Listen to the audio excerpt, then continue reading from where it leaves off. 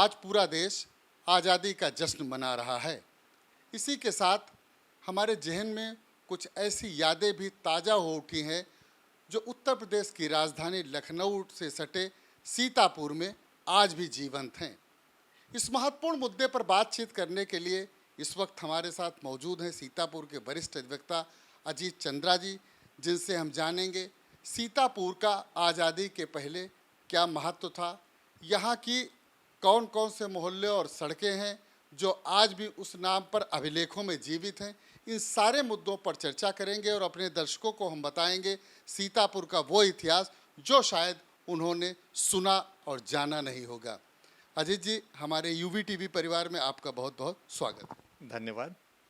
आज हम आपसे जानने की कोशिश करेंगे कि सीतापुर का कितना अहम किरदार हुआ करता था। देखिए, वर्तमान समय में तो सीतापुर जनपद हमारा एक उपेक्षित शहर के उसमें स्तर में आ रहा है, लेकिन किसी ज़माने में ये बहुत ही महत्वपूर्ण स्थान रहा है।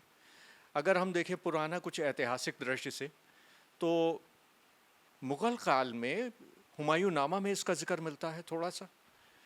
आईने अकबरी में भी, अबुल फजल की आईने अकबरी में भी इसका जिक्र आया है। और उस समय जिक्र में ख़ास तौर से सरकार खैराबाद का ना उल्लेख मिलता है, क्योंकि सरकार खैराबाद यहाँ की कमिश्नरी थी। कमिश्नर खैराबाद हुआ करता था, जिसके अंडर में 3 जनपद होते थे। ये आपका सीतापुर, हरदोई और खीरी, ये 3 जनपद तो इसमें ब्रिटिश काल में थे। अगर उससे पहले हम जाएं तो यहाँ पर एक मिडिवल पीरियड में 2 हमारे बहुत महत्वपूर्ण व्यक्ति हुए हैं, और उसमें सबसे पहला नाम तो आता है, बाड़ी एक स्थान है तहसील सिधौली में, वहाँ के कवि नरोत्तम दास, जिन्होंने सुदामा चरित यहाँ लिखी है। और सुदामा चरित इतना महत्वपूर्ण काव्य ग्रंथ है हिंदी साहित्य को लेकर के, तो हमारे लिए गौरव की बात है कि हमारे ही जनपद से कवि नरोत्तम दास ने यहीं पे उसका सृजन किया, यहीं उसकी रचना हुई, और आज एक वो हमारी बहुत महत्वपूर्ण धरोहर है। दूसरा नाम आता है, लहरपुर तहसील में एक लुधारा जगह पड़ती थी, वहाँ के राजा टोडरमल। और राजा टोडरमल का, उनकी प्रतिभा इतनी अच्छी थी कि शेरशाह सूरी के समय उनको एलिवेट कर लिया गया दिल्ली में, दिल्ली दरबार में, जब हुमायूं को डिफीट दिया था शेरशाह सूरी ने। तो इनकी जो प्रतिभा वहाँ सुनी गई, तो ये वहाँ पहुँचे और इनको अपने उसमें उन्होंने कैबिनेट में शामिल किया। शेरशाह सूरी के काल में इन्होंने वहाँ पर बहुत महत्वपूर्ण योगदान दिया। डाक व्यवस्था राजा टोडरमल की देन है, क्योंकि उस समय एक हरकारा पद्धति इन्होंने शुरू की थी। एक हरकारा होता था, वो चमड़े के थैले में संदेश, जो आज जिसे आप लेटर कह सकते हैं, वो रख करके 10 मील तक जाता था। अगले 10 मील पे वो हैंडओवर करता था थैला, और दूसरा हरकारा जो 10 मील चल के आता था, थैलों का अदला बदली होती थी। तो इस तरीके से गंतव्य तक वो चिट्ठियाँ पहुँचती थी। ये राजा टोडरमल की देन है। दूसरा, उन्होंने, आप ग्रैंड ट्रंक रोड का नाम सुनते हैं, जो राजा टोडरमल ने बनवाई थी, कंकड़ की बनी रोड थी, जिसको वो राजा टोडरमल ही की थी। तो पब्लिक वर्क्स डिपार्टमेंट भी राजा टोडरमल की देन है। उन्हीं ने जगह जगह बीच बीच में छोटे छोटे हट्स बनवाए थे, जो रेस्ट हाउस कहलाते थे, और अंग्रेज़ों ने उसको इम्प्रूव किया था, वो भी आपको आगे जिक्र करते हैं। दूसरा, एक सबसे बड़ा जो राजा टोडरमल का योगदान था, इन्होंने किस्म ज़मीन निकाली। आज भी राजस्व विभाग में आप 60 का एक रजिस्टर पाएंगे, उसमें मिट्टी की ज़मीनें होंगी, और राजा टोडरमल ने उस ज़माने में बिना किसी प्रयोगशाला के अपने हाथ से रगड़ कर मट्टी को और चख कर वो किस्म ज़मीन निकाल देते थे। वो अभी भी वही चली आ रही है। बीघा, बिस्वा, बिस्वांसी, कछवांसी, ननवांसी का स्केल, ये राजा टोडरमल की देन है। राजस्व जनक यही कहे जाते हैं। वो हमारे लहरपुर के थे। तो और उनकी प्रतिभा इतनी थी कि जब हुमायूं के बाद जब शेरशाह सूरी ने उन्हें लिया, और शेरशाह सूरी को जब डिफीट दी गई, इसके बाद वो एग्जाइल में चले गए। लेकिन अकबर को ये पता लगा कि ये इतना प्रतिभाशाली व्यक्ति कहीं छिपा हुआ है, तो उन्होंने ढूंढ करके उन्हें अपने यहाँ बुलाया और अपने नवरत्न में रखा। उनको उस ज़माने में हाथी की सवारी थी, और दिन में भी मशाल जला करके चलने का एजाज़ हासिल था। तो आप समझिए, जो हूटर तो होता नहीं था, ब्लिंकर ये कह लीजिए कि दिन में भी मशाल जला के और नक्कारे बज करके उनकी हाथी की सवारी जाती थी।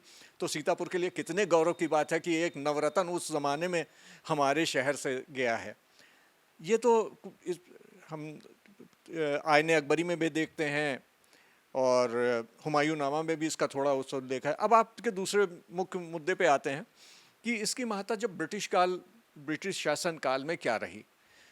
उस समय जब सीतापुर यहाँ पर ये ब्रिटिशर्स ने कैप्चर किया, फिर सीतापुर में उन्होंने ओरिजिनल ब्रिटिश ट्रूप को यहाँ पे तैनात कर दिया था, क्योंकि सामरिक महत्व से ये बहुत इंपॉर्टेंट जगह थी। ये दिल्ली और लखनऊ को जोड़ता था, जो रेजिडेंट बैठता था लखनऊ में, और दिल्ली का ये रूट जोड़ता था। दूसरा, ये नेपाल बॉर्डर तक इसकी एक्सेस थी। तो यहाँ पर Sitapur is the place where original British troop use to reside. छावनी गोरा बारिक के नाम से वो जगह जानी जाती थी, जहाँ ब्रिटिशर्स रहते थे। आज भी आप एक मोहल्ला राजस्व उसमें अभिलेखों में देखें तो छावनी गोरा बारिक दर्ज होगा। उन ब्रिटिशर्स की जो ट्रूप थी यहाँ, ब्रिटिश जो फौज रहती थी, उसकी बेकरी यहीं पे उन्होंने इसी जगह बनाई, और बहुत बड़ी बेकरी थी और गोडाउन था उनका होता था, जहाँ ब्रेड और बंस और इसी तरीके के बेकिंग आइटम्स वो लोग स्टोर करते थे ब्रिटिशर्स के लिए। उस मोहल्ले को आज भी मोहल्ला रोटी गोदाम के नाम से जाना जाता है, जहाँ बेकरी उनकी ब्रेड स्टोर होती थी। तो इस तरीके के यहाँ कई हैं तमाम। अभी भी आपको अभिलेखों में मिल जाएगी। आउटरम रोड है, कॉक्स रोड है, एल्गिन रोड है, इस तरीके के तमाम हमारे पास अभिलेखों में मिलती है, जो ब्रिटिशर्स ने अपनी छावनी के साथ साथ इसका डेवलपमेंट किया था। जब खैराबाद कमिश्नरी 1863 में कमिश्नरी खैराबाद वॉज ब्रोकन अप, और सीतापुर, खीरी और हरदोई को लखनऊ कमिश्नरी में लाए थे। यहाँ पर जो कमिश्नर का रेजिडेंस था, जो आपका जिलाधिकारी का पुराना आवास है, वो कमिश्नर खैराबाद डिवीज़न का रेजिडेंस हुआ करता था उस ज़माने में। और मोस्ट प्रोबेबली 25 मार्च 1857 को commissioner Christian was shot at when he was crossing river Sarai. तो कई यहाँ पर ऐतिहासिक घटनाएं हुई। फिर जब स्वतंत्रता संग्राम की परवान चढ़ी सन 42 में, यहाँ पर भारत छोड़ो आंदोलन में लोगों ने भाग लिया था, तो लालबाग जो एरिया है, लालबाग हमारा शहर के मुख्य भाग में, वहाँ पर गोली कांड हुआ था और गोलियां चलाई गई थी सत्याग्रहियों पे, जिसमें कई हमारे सत्याग्रही शहीद भी हुए थे। वो भी एक बहुत महत्वपूर्ण स्थान है। और बाकी यहाँ पर खैराबाद में जिस समय अल्लामा फजल हक ने फतवा दिया जिहाद का, उनको अरेस्ट किया गया। फिर वहाँ के नाजिम, आखिरी नाजिम जो थे बख्शी लाला हरदयाल, उन्होंने कमान संभाल ली स्वतंत्रता संग्राम की। और लाला हरदयाल ने जिस तरीके से अंग्रेज़ी सेना के दांत खट्टे किए, और हालांकि बख्शी हरदयाल शहीद भी हुए और उन्हें शहादत मिली स्वतंत्रता संग्राम में, तो वो खैराबाद का बहुत महत्वपूर्ण, इसीलिए क्योंकि खैराबाद उस समय सबसे महत्वपूर्ण था। खैराबाद कमिश्नरी का हेडक्वार्टर हुआ करता था। तो सीतापुर के खैराबाद में 25 मोहाल हुआ करते थे। इसकी सीमाएं ओयल तक थीं और इतना बड़ा एरिया यहाँ का रहता था। अब जहाँ तक और अगर आप देखेंगे तो वैसे तो आप जानते हैं कि यहाँ ये 2 भागों में विभक्त है। एक उपरिहार और जो पश्चिमी भाग का ये, और पूर्वी भाग ये जो कहलाता है गांजर का एरिया, जो लो लैंड एरिया कहलाता है। तो गांजर के क्षेत्र में बैरिस्टर बंदे हसन जो यहाँ के थे, उन्होंने अंग्रेज़ों के ख़िलाफ़ बहुत जंग आज़ादी में बहुत बढ़ चढ़ के भाग लिया था। तो उनका तो सर कलम करके तंबौर में एक बरगद के पेड़ पर लटकाया गया। ये सब बड़ी ऐतिहासिक यहाँ की घटनाएं हैं। अगर हम देखें तो बहुत कुछ यहाँ से हमें मिलता है। एक अभी आपने जिक्र किया खैराबाद में, और खैराबाद में भी ख़ास तौर पे आपने अल्लामा फजल हक का जिक्र किया। उन्होंने अंग्रेज़ी हुकूमत के ख़िलाफ़ फतवा जारी किया था, उनको काले पानी की सज़ा हुई थी। तो थोड़ा सा हमारे दर्शकों को आप उनके बारे में विस्तार से बताएं। देखिए, अल्लामा फजल हक जो थे बहुत ही विद्वान थे और अरबी, फ़ारसी, उर्दू के बहुत ही बड़ी अथॉरिटी अपने आप में होते थे। उस ज़माने में कई अंग्रेज़ अफसर उनसे उर्दू और फ़ारसी सीखते थे। कुछ ऐसा इत्तेफाक हुआ, जैसा कि सुना जाता है कि जिस वक्त उन्होंने फतवा दिया था और उन्हें अरेस्ट किया गया, उनकी अरेस्ट लखनऊ में हुई थी। तो अरेस्ट करने के बाद जब उन्हें सेशन ट्रायल के लिए वहाँ राष्ट्रद्रोह के उसमें पेश किया गया, जिन सेशन जज के सामने, उनको कभी उन्होंने उर्दू पढ़ाई थी, जिस पर एक बार उन्होंने ये पेशकश की अल्लामा फजल हक साहब से कि अगर आप माफ़ीनामा अगर आप कर दें तो हम आपकी सज़ा कम करने के लिए हम रिकमेंड कर सकते हैं। अल्लामा फजल हक बहुत स्वाभिमानी व्यक्ति थे। उन्होंने कहा आप हमारे शागिर्द रह चुके हैं तो हम आपकी इस गुस्ताखी को माफ़ करते हैं, लेकिन हम माफ़ीनामा हमारे लिए नामुमकिन है। तो वो स्वाभिमान था, उसमें फिर उन्हें काला पानी हुई, वहीं पोर्ट ब्लेयर में ही उनकी कब्र है, वहीं उनका इंतकाल हुआ। तो बहुत बड़ी हस्ती थे हमारे यहाँ शहर सीतापुर के, और मेनली खैराबाद कमिश्नरी के। एक तो आपने जिक्र इनके बारे में बताया कि किस तरीके से उन्होंने अंग्रेज़ी हुकूमत के ख़िलाफ़ उस वक्त फतवा किया था, और उन्होंने किस तरीके से एक जज को ये जवाब दिया कि ये गुस्ताखी मैं माफ़ करता हूँ चूँकि आप मेरे शागिर्द रहे। एक दूसरा किरदार लाला हरदयाल जी का भी सामने आता है, उनके बारे में भी कुछ जानकारी दे दीजिए।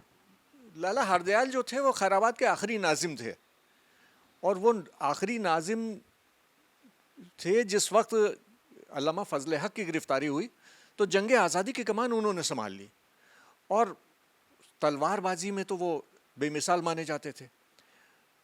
बख्शी हरदयाल के नाम से, वो बख्शी साहब के नाम से जाने जाते थे। बख्शी वो होता है जिसके उस अंडर में सारा ख़जाने का चार्ज होता है, उसे उस ज़माने में बख्शी भी कहा जाता था। लाला हरदयाल ने तो अपने इतना संगठित करके खैराबाद के और सीतापुर के और लहरपुर के कुछ ऐसे ऐसे जाबाजों को अपने टुकड़ी में शामिल किया कि अंग्रेज़ी हुकूमत और अंग्रेज़ी फ़ौज के उन्होंने दांत खट्टे कर दिए। और आप समझिए कि यहाँ से एक्टिव कंटोनमेंट, जब यहाँ ये हमारी सिपाही म्यूटनी का नाम जो इन्होंने अंग्रेज़ों ने दिया है, ये फरवरी 1858 में जब ये ख़त्म हुई, उसके बाद खैराबाद कमिश्नरी 1863 में ख़त्म कर दी गई।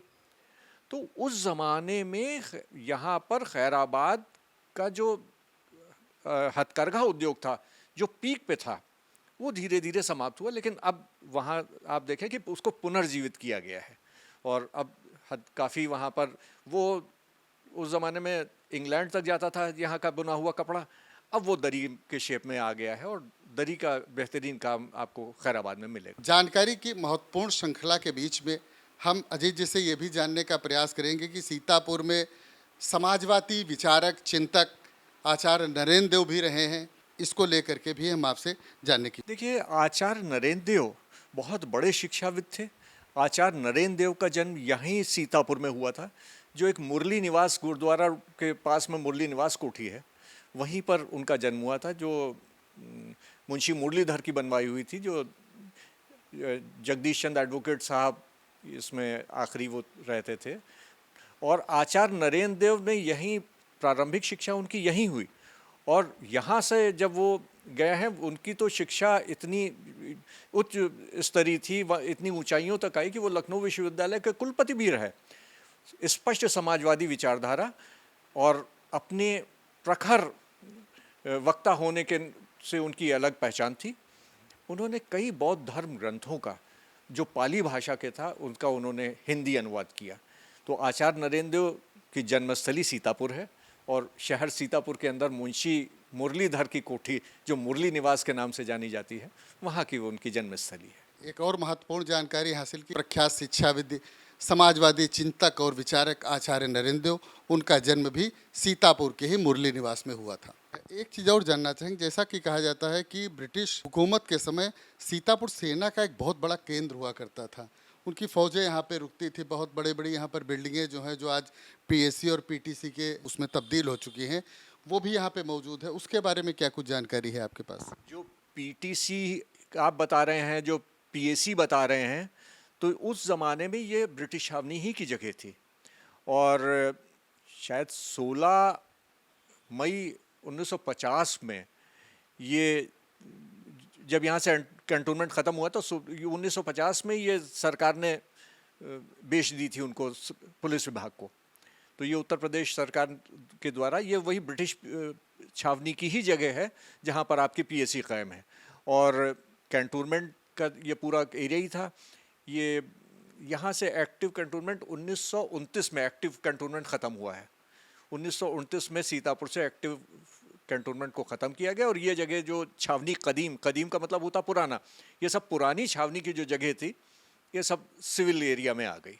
तो अंग्रेज़ों ने इसको चूँकि सामरिक दृष्टि से बहुत महत्वपूर्ण माना था। हाँ, एक चीज़ आपको और बहुत इम्पॉर्टेंट जो बताना चाहेंगे, 1919 में सीतापुर में एक हवाई पट्टी हुआ करती थी, जो आप ये पार्वती देवी होम्योपैथी चिकित्सालय के सामने वाली जो जगह है, जिल्द बंदोबस्त में ये जगह आज भी हवाई पट्टी दर्ज है। 1919 में एक कैप्टन वेले थे यहाँ के कमांडिंग ऑफिसर, 2 सिविल प्लेन यहाँ पर बहुत हल्के वाले यहाँ पर उतरते थे। और हवाई पट्टी, शायद लोग ये सुन के ताजुब करेंगे कि सीतापुर में भी कभी हवाई अड्डा रहा है, लेकिन आपको बंदोबस्ती रिकॉर्ड में हवाई पट्टी का आज भी अंकन मिल जाएगा। ये थे हमारे साथ सीतापुर के वरिष्ठ अधिवक्ता अजीत चंद्रा जी, जिन्होंने बताया कि सीतापुर मुगल काल से लेकर के ब्रिटिश हुकूमत के कार्यकाल तक किस तरीके से अहमियत रखता था। यहाँ पर उस दौर में जब लोग हवाई पट्टी का शायद नाम भी नहीं जानते होंगे, उस वक्त सीतापुर में हवाई पट्टी थी और यहाँ पर प्लेन भी उतरा करते थे। ये जानकर शायद आप चौंक रहे होंगे, लेकिन ये वास्तविक जानकारी है जो अभिलेखों में दर्ज है और जिसे श्री अजीत चंद्रा जी ने हम लोगों के सामने रखा है। आज स्वतंत्रता दिवस है। हम अपने UVTV परिवार की ओर से अपने सभी दर्शकों को स्वतंत्रता दिवस की बहुत बहुत शुभकामनाएं पेश करते हैं। धन्यवाद।